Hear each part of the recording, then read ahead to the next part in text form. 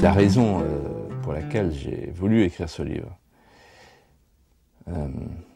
c'est en pensant aux nouvelles générations qui voient la France s'abîmer, quand on marche à tâtons dans l'obscurité.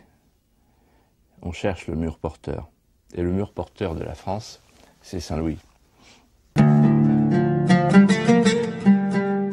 La première influence, c'est celle de son grand-père paternel, Philippe Auguste, qui très souvent, le soir, l'invite à marcher avec lui sur les remparts crénelés entre les tours du Louvre, et qui lui raconte sa vie, qui lui raconte la France, qui lui raconte le royaume, et surtout qui lui raconte Bouvines.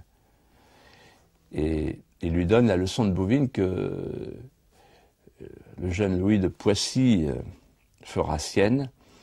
Protège les pauvres, ils te protégeront. La deuxième influence est celle de son autre grand-père, le grand-père maternel,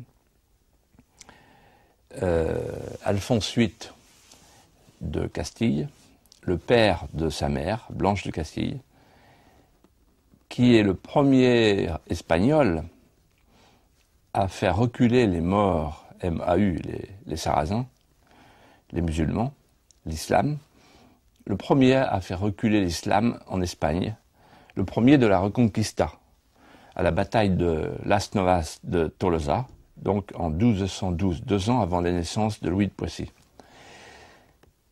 Et la leçon que Alphonse VIII laisse à son petit-fils est la suivante: partout où l'islam est, il est conquérant. Et donc Louis de Poissy se souviendra toute sa vie de ces deux leçons, celle de Bouvines et celle de Las Navas de Tolosa. Contrairement à ce qu'on croit aujourd'hui, la croisade n'est pas du tout une guerre de conquête ou d'agression. C'est une guerre de légitime défense. C'est une guerre de reconquête. Il le tient de son grand-père, qui fait reculer les Maures en Espagne, qui ne sont pas chez eux. Mais pour Louis IX, l'Orient précède l'Occident, puisque c'est en Orient qu'est né, mort et ressuscité Jésus-Christ. C'est en Orient qu'ont vécu les premières communautés des apôtres. Il y a la France du couchant, la nôtre, et la France du Levant, ce qu'on appelle aujourd'hui le Liban, la Syrie, la terre de promission. Et donc pour lui, il est inacceptable que la route des pèlerins soit coupée par les Sarrasins. Il est inacceptable que le tombeau du Christ, que le Saint-Sépulcre soit capturé, détourné, piétiné. Et il est inacceptable que les chrétiens d'Orient, qui descendent des premières communautés des disciples du Christ, lorsqu'ils crient, ne reçoivent pas de réponse. Et donc, quand il les entend crier, il répond « Je viens ». Et ce qu'il y a de très neuf avec ce roi croisé, ce roi chevalier, c'est qu'il comprend, il a été le premier à le comprendre, qu'il faut petit à petit substituer à la guerre de croisade une mission de conversion. C'est-à-dire que quand il repart à Tunis, c'est parce que le sultan Mohamed Mostanser lui a fait passer des messages « Je veux me chrétienner », je veux me convertir. Donc pour Saint-Louis, la croisade est une conversion. Comme il est croyant, il ne supporte pas qu'il y ait des gens qui ne savent pas qui est Jésus-Christ.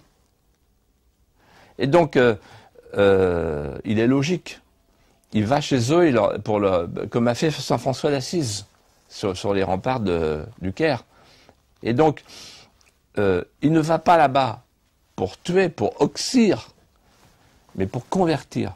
Et c'est ainsi qu'il enverra en Tartarie Guillaume de Rebruck, un dominicain, et ensuite André de Longjumeau pour convertir les Ismaéliens. En d'autres termes, il comprend que la langue de feu des apôtres ira plus loin que le feu grégeois des arbalétriers.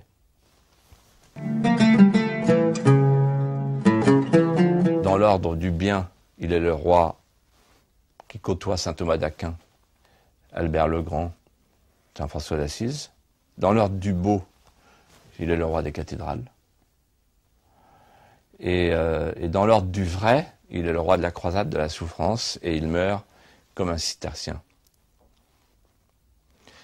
Et pour résumer, lorsque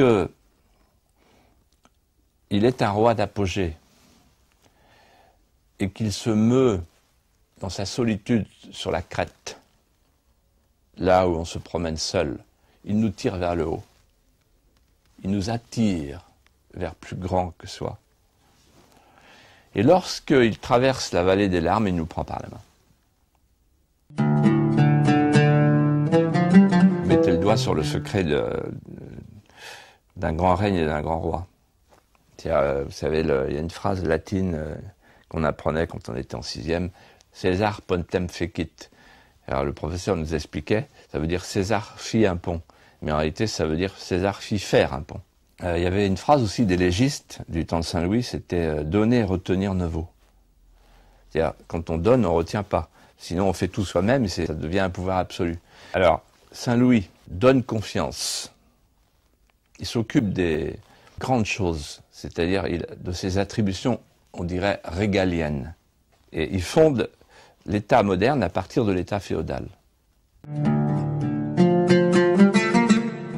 C'est pour ça qu'il a été si vite béatifié et canonisé, pas simplement parce qu'il a fait 67 miracles.